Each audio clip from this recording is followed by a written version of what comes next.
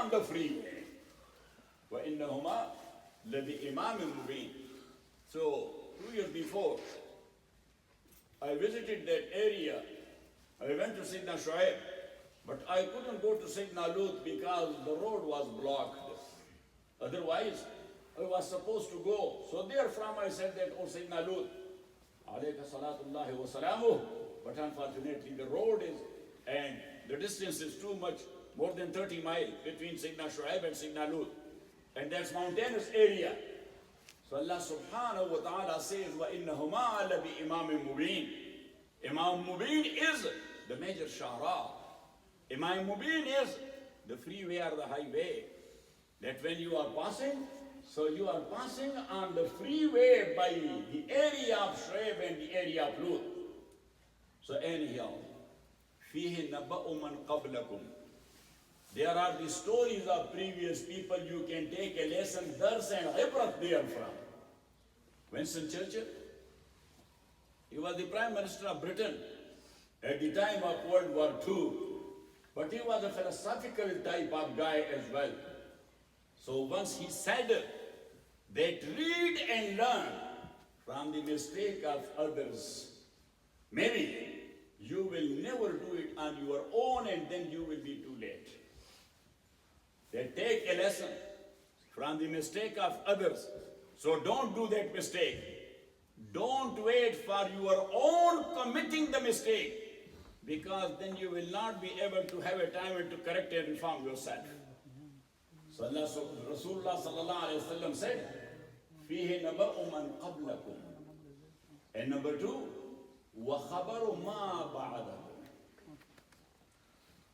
Purposely Rasulullah sallallahu alayhi wa sallam, he didn't use the word man here. فِيهِ نَبَأُ مَنْ قَبْلَكُمْ وَخَبَرُ مَا بَعَدَكُمْ. That this Quran is telling you what will be happening next in future. So number 1, learning from the stories of those who passed away. And learn from this Quran what he has told you and informed you about what will be happening next in future. وَخَبَرُ مَا بَعْدَكُمْ وَحُكْمُ بَيْنِكُمْ. And this Holy Quran, this is actually the decree, the decision, the judgment of whatever is disputed amongst you. But anyhow, hadith is too lengthy.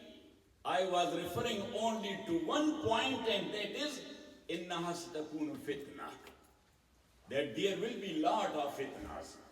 So in such like situation, if a few brothers will get together in any place talking about the deen of Allah, that's a blessing of Allah subhanahu wa ta'ala. They must say time and again, alhamdulillah, that Allah. So Allah has given me this opportunity, and to you as well, that we are sitting here talking about deen in the light of Quran and Sunnah. So you can call it a prelogue or a tamheed of my bayan today. And now we are coming to the point which Maulana Yusuf Sahib, Maulana Anas Sahib already mentioned, that tarbiyat awlad. So anyhow, we are living in modern technology era. Even though he said that parents are not there, some of them I see. But most of them are not. May Allah subhanahu wa ta'ala make their trip a good one and accept their ibadat and manasik. So anyhow, tarbiyat awlad. I have recited a part of an ayah of Suratul Kahf. And the subject of Suratul Kahf is nafyu shirk fi tasarruf. That mutasarrif is only Allah. Doer is only Allah. Nobody else can do anything. As Mawlana Yasir Rahmatullahi alayhi, he has given us in his taught principles, Allah se hone ka yaqeen aur makhluk se na hone ka yaqeen. In tafsiri language we call it nafshu shirk fi tasarruf. Even though we ate our food, we are okay now. We drank our water, our thirst is quenched. Got it? But still, as a Muslim, our belief is our our hunger is gone. Not that the food killed our hunger, but Allah subhanahu wa ta'ala made us full. Imam Waliullah in Hujjatullah and in Budur Bazagha, in both he said that things or results are to be attributed to the creature or to the creator. He said, for a strong Muslim, everything is to be attributed to the creator. We call him Muwassir Haqiqi.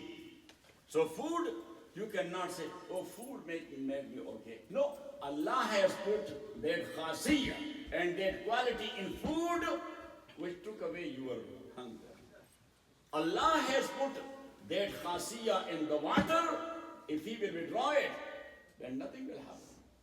For example, Imam has given us example that a sharp knife which is made of iron, that is to cut the soft things, to cut the soft things. But when Allah subhanahu wa ta'ala wills the other way around, so the sharp knife will not cut the throat of Ismail, but it will cut the throat of the ram. The fire is to burn everything. But when Allah subhanahu wa ta'ala wills other way around, so that fire will not burn Ibrahim alayhi salatu wasalam. The ocean and water with all its waves, it has the quality, it has the power to drown something or someone. But when Allah subhanahu wa ta'ala, He withdrew that khasiyya from the water, so then the same ocean Mediterranean or Bahir Ahmar, it does not drown Musa along with his people, but it drowned Pharaoh along with his all army. Got it? So Imam Rahmatullah Alayhi says that our belief must be only in Muwassir Haqiqi, not in Asbab Maddi. But now we are living in physical science era. We believe in applied sciences more than our belief in Allah subhanahu wa ta'ala. Is it so or not? Say, yes, this is the fitna of this time. People have a strong belief in applied science, but they do not have that much strong belief in Allah. And I'm not talking about non-Muslims, I'm talking about Muslims. That's why, regarding the order of Allah and Rasulullah sallallahu alayhi wasallam, we are putting a question mark. Why Allah said so? And why Rasulullah said so? So in such a situation, one has to slap the guy on his right face once and on the left face another one. The guy, who are you? Putting this question mark, I was telling the brothers in Dars that do not put a question mark where Allah has put a period. Like if we say something, so we say period. So period means no duration, no question. So when Allah, now look, we have our very beloved President Trump. Yes, he's a beloved guy. So President Trump, every day he is issuing orders, executive orders. What? Executive orders. As he is the president, we have elected him. Constitutionally, he has the power. If you put a question mark why he said so and why he did so, it makes no sense. That the power the American Constitution has given him. I'm talking about a worldly president. Think of Allah, who is the creator of the whole world. We are putting there are so many questions why he said so and why he said so. So anyhow, I recited a portion of that ayah of Surah Al-Kahf. إِنَّهُمْ فِتْيَةٌ آمَنُوا بِرَبِّهِمْ وَزِدْنَاهُمْ هُدًى. Surah Al-Kahf, yes, K-A-H-F.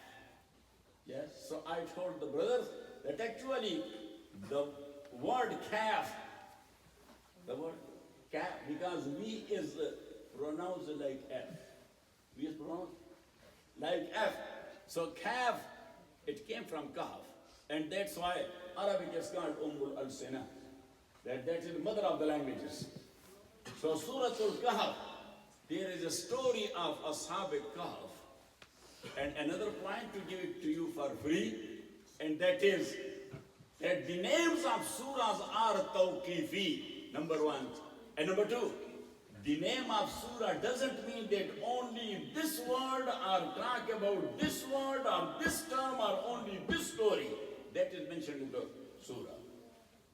The story of Ashab al-Kahf, that is in few ayat, but there are a lot of other things there in the same surah. So that's why we say that the purpose of names of surah is introduction and reference. That when you recite an ayah, so you will say this ayah from such and such surah. And that's why nobody can give his own name to any surah of Quran, that is haram. Because names are as munazzal as the Quran and the surah itself. That's why we call it tawqifi, not tawfiqi. So Allah subhanahu wa ta'ala has related a story of Ashab al-Kahf. That who were Ashab al-Kahf? Innahum fityatun. They were youngsters.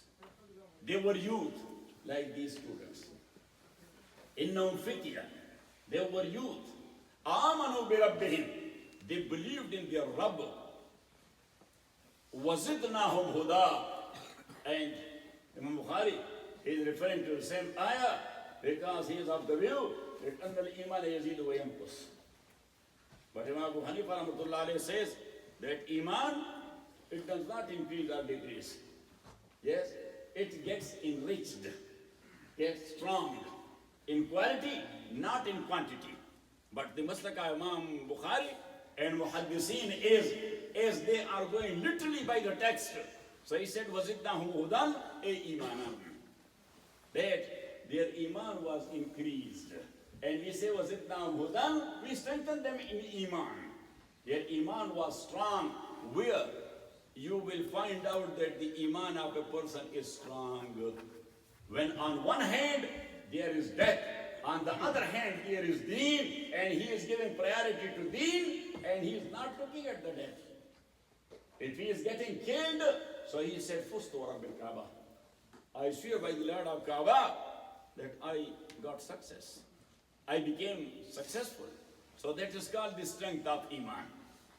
Sayyidina Ali, radiyallahu ta'ala anhu, somebody asked Amirul Mu'mineen, you are that strong that in the battlefield, if you are alone in front of 1,000 or more enemies, well equipped with every type of weapon, you do not feel any fear, nor you turn around.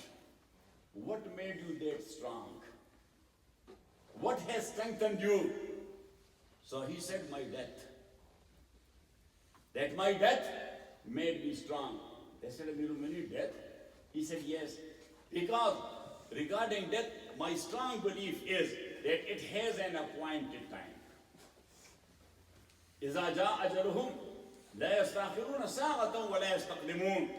And number two, when it has appointed time, so nothing else can take away my life, because that is the amanat of my death. Only death will take it away.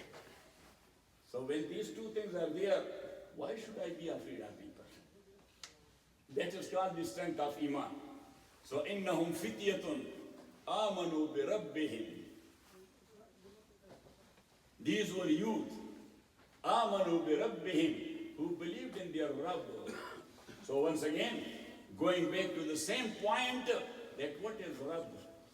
If you will go to dictionary and you will try to find the meanings of Rabb, so they will tell you Lord,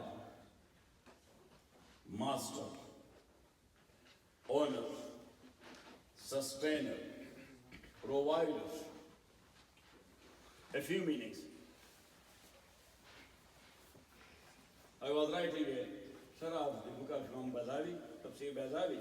So, because in our time, me especially when I was teaching in Pakistan, so I used to teach in Mufale, Bazavi, the whole Surah Al-Baqarah.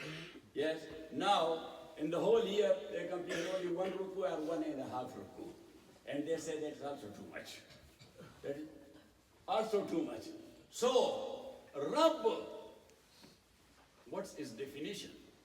So Rabb is actually one who takes something to its awjul kamal, perfection and completion. So that is Allah. Whatsoever He has created in this world, He gave it a kamal and perfection. Kamal and perfection mean that whatever